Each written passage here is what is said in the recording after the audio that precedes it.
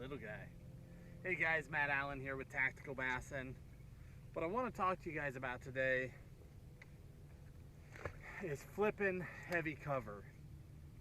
We're going to go ahead and call this everything you need to know about flipping. You may not agree with everything, but I'm at least going to present all your options so that you can make some educated decisions about what you want to do when you're out on the water flipping. To kick it off, let's talk about what is flipping. Flipping is a method of combining typically a smaller bait with a very large weight so that you can get into very, very heavy cover with heavy line and heavy equipment to get fish out where other people can't even get into. Now flipping, I feel like the term flipping has changed a lot in the last few years. When I was growing up, this was flipping. Into one hole, into the next hole. And now I see people, just going down the bank, pitching, getting back in the cover and dipping in holes. And it seems like the name has sort of morphed. All of those things to some degree are now flipping. So let's start with the baits. Typically when I'm flipping, I flip a creature bait. Reaction Innovations beaver, something like that. Just a simple, slim profile, drops right through the cover, easy in, easy out, because these fish typically aren't eating based on what they see. They're eating based on movement. With an ounce or an ounce and a half on the front of that bait, it falls so quickly, I don't think they're really staring at it. It's falling and they just suck it up. So you don't need a perfect bait. It doesn't have to have all these appendages and great movement. You just need a bait that can get in and out of the cover quickly. So that's where I go. The beaver is definitely my number one. There are a handful of other baits that I throw, but I mean day in and day out, that's number one. A D-bomb is probably number two. Now I do want to interject here really quickly and say Tim is on vacation today. He and his family are off having a good time. So with that said, what you guys don't know is that all the extra camera angles and the zoom in and outs, that's all Tim behind the scenes. You never see that. Today you're stuck with me. You're not getting any of that. But what I will do is down in the video description below the video, I'm going to put links to every single one of these things so that if you want to see them up close, you can go down there, click on them. You get a blown up picture, color options, all that stuff. Because again, I'm not Tim. I can't zoom in on all this stuff. I'm just a fisherman. So the rig itself, the basic flipping rig is going to be braid. 65-pound braid is my recommendation. On that braid, you're going to put bobber stops. 1 or 2 bobber stops that float on that line to hold your weight in place. Your weight is free sliding until you put those bobber stops down on it, and then that weight is pegged. It's pinned in place. So 65-pound braid, 1 or 2 bobber stops, then you slide on your weight. Weight, I'm gonna flip anything from, let's say, a ½ ounce all the way up to 2 ounces is an option in this heavy cover. It just depends on how heavy that cover really is. So you put on your weight, then simply tie on a hook and your bait. Now most people industry-wide are using big straight shank flipping hooks.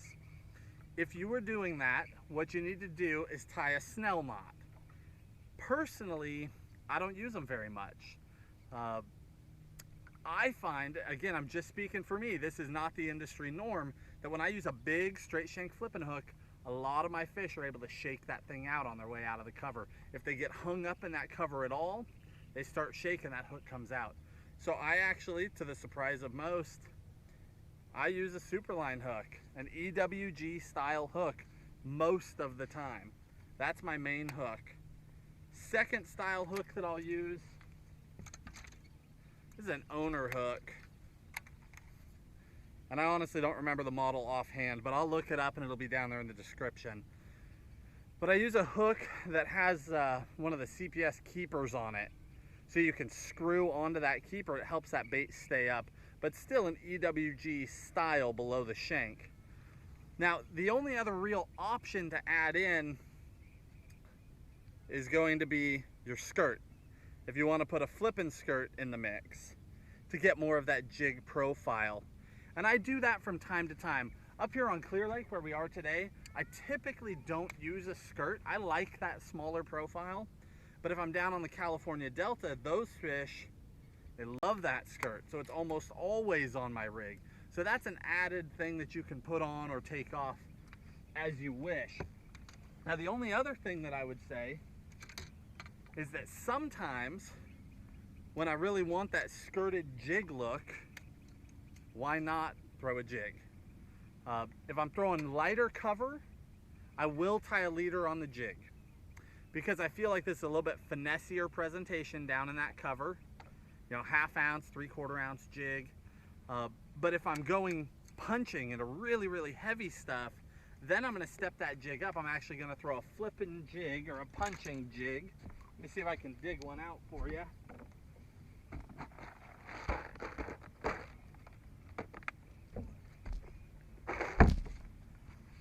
This is an actual punching jig, Dirty Jig's punching jig. Gigantic straight shank hook, weed guard. That's 1.5 ounces there.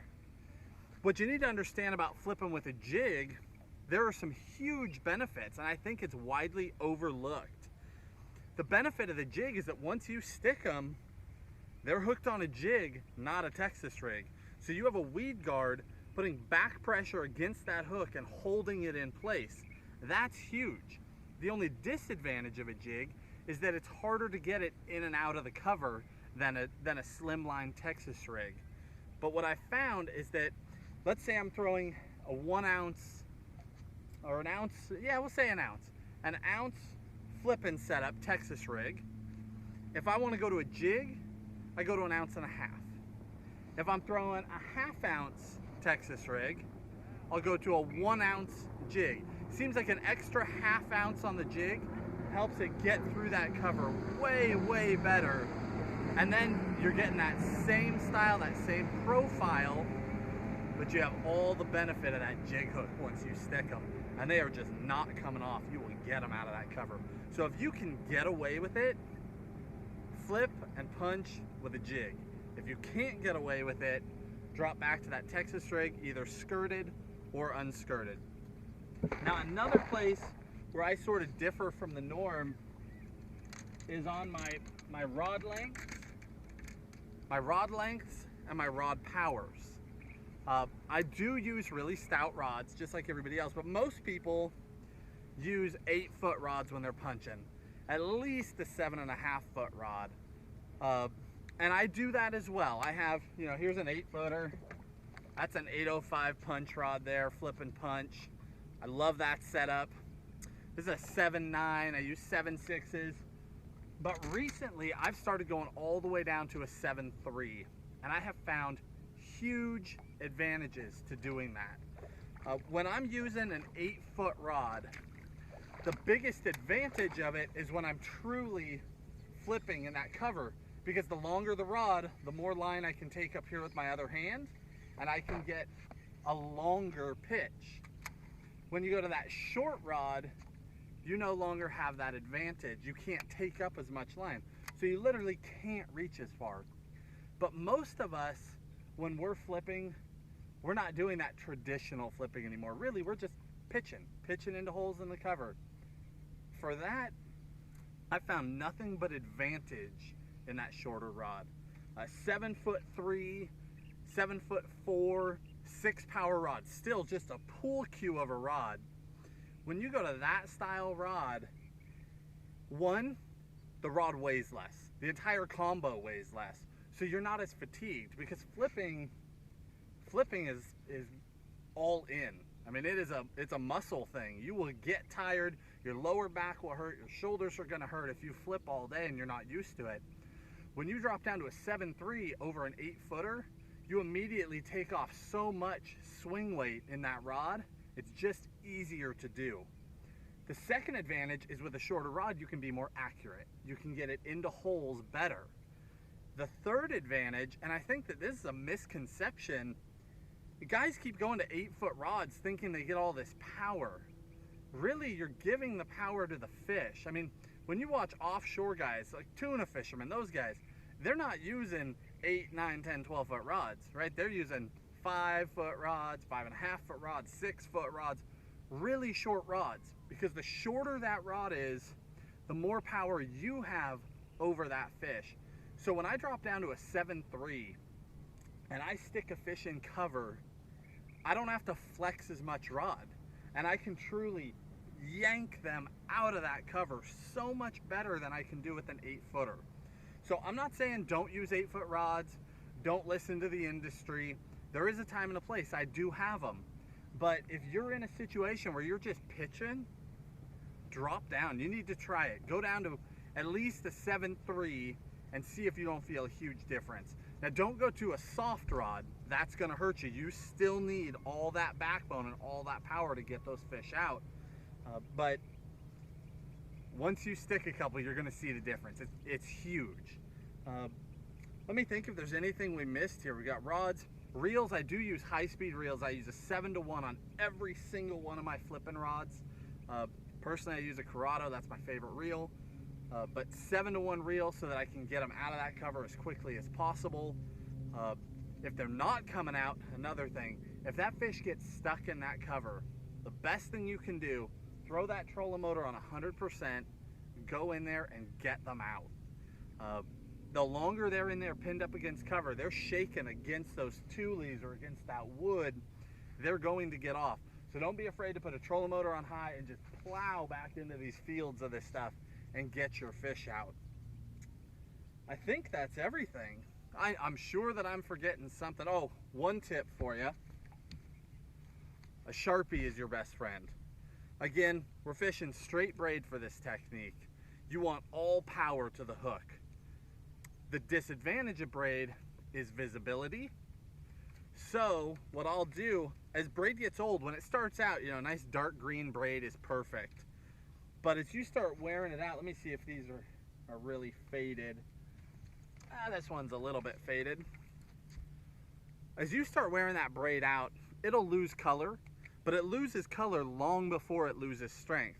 So I take a big Sharpie, chisel point Sharpie, and I cut a little notch in it at home, and then I just run that guy up and down that line just for a couple feet, and then let that thing sit out, let the smell fade away. But personally, I have a lot of confidence in that. Once I've done that, I don't think that braid is really interfering with me getting bites, especially in this kind of cover. There are so many pieces of grass sticking up, sticking sideways. One more piece of grass down in there, I don't think makes any difference at all. Last thing, I did think of one other thing I want to convey to you while we're thinking about all this. The last thing is, sometimes I bump into people, specifically when they're fishing wood, that are still flipping on mono. And I understand the argument. The argument is, when you're in wood with braided line and you set on a big one, that the braid will actually cut into the wood like a saw and get stuck. And that's been the argument for years for why guys will flip on heavy mono, like 25-pound mono in wood. But braid has changed so much over the years. I just think that that is a huge, huge mistake now. If you're flipping wood, so out here in open water, it really doesn't matter. You can fish, you know, a straight 6-carrier braid or whatever you want to fish. But if you are flipping in wood, what you need to do is go to a line like Suffix 832 or Power Pro Super Slick, and there are a lot of others. I'm just giving you a couple examples. But these are lines that have a higher carrier count. What that means is there's literally more threads being braided, and they no longer have the feel of a saw. They get very, very smooth. And when you have that smooth line, it doesn't cut like that original braid did. It comes in and out of that stuff much better. So if you're fishing wood, make sure that you use a braid with a really high carrier count and you'll be fine. I think that wraps it up. I mean, we'll just recap real quick. Basic rig, straight braid, bobber stops, your weight. Oh, I did forget something. On that weight, once I pass an ounce, so let's say, 3/8, half ounce, 3/4, all of it is tungsten. That's what I use for this. And the reason for that is, one, sensitivity, because that tungsten transmits much better. But more importantly, size, because you are using such large weights. The smaller the weight, the better for getting bit. So all tungsten, but up to 3/4 ounce, I use a tungsten that's not lined, just a plain tungsten. But as soon as I pass 3/4, this is a 1 ounce, ounce, ounce and a quarter, ounce and a half, 2 ounces. I want all of them to have a liner. I don't know if you can even see the liner in there, but these are lined weights. The reason for that is industry-wide, the last few years, it seems like almost every major brand at one time or another has had a problem where their tungsten isn't smooth enough. And you go to set the hook and you just get cut off. And you tie up again, say you're in a tournament, you rig up again, you flip back out and you get a bite and you get cut off. It's because of little tiny imperfections inside of the tungsten weight. There's nothing you can do about it. So for me, just for safety's sake, for frustration's sake, when I get to those heavy weights where I'm putting a lot of pressure on it, I go to a weight that has a liner in it. That makes a huge difference. This is a River to Sea 1 ounce. I use a lot of their heavier weights. They've got great liners in them. I'll give you links to all that stuff.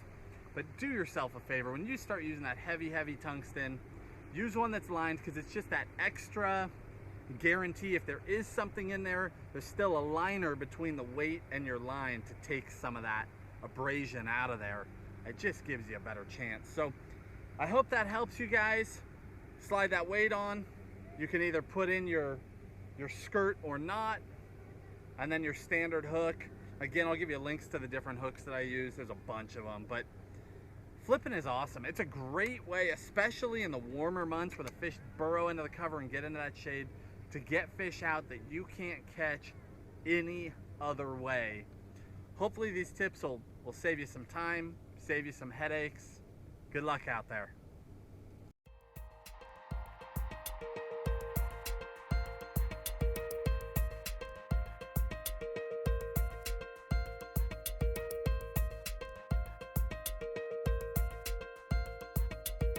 Foraging on.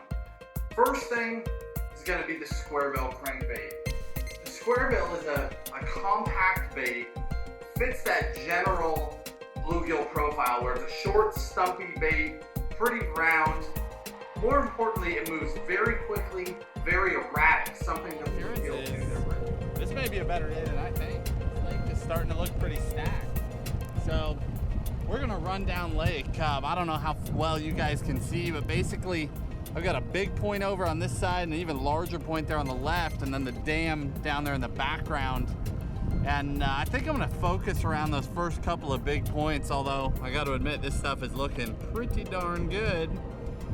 But we're gonna start out down there. We're gonna focus on some of that stuff and see if we can find some fish on the little bit of structure that is in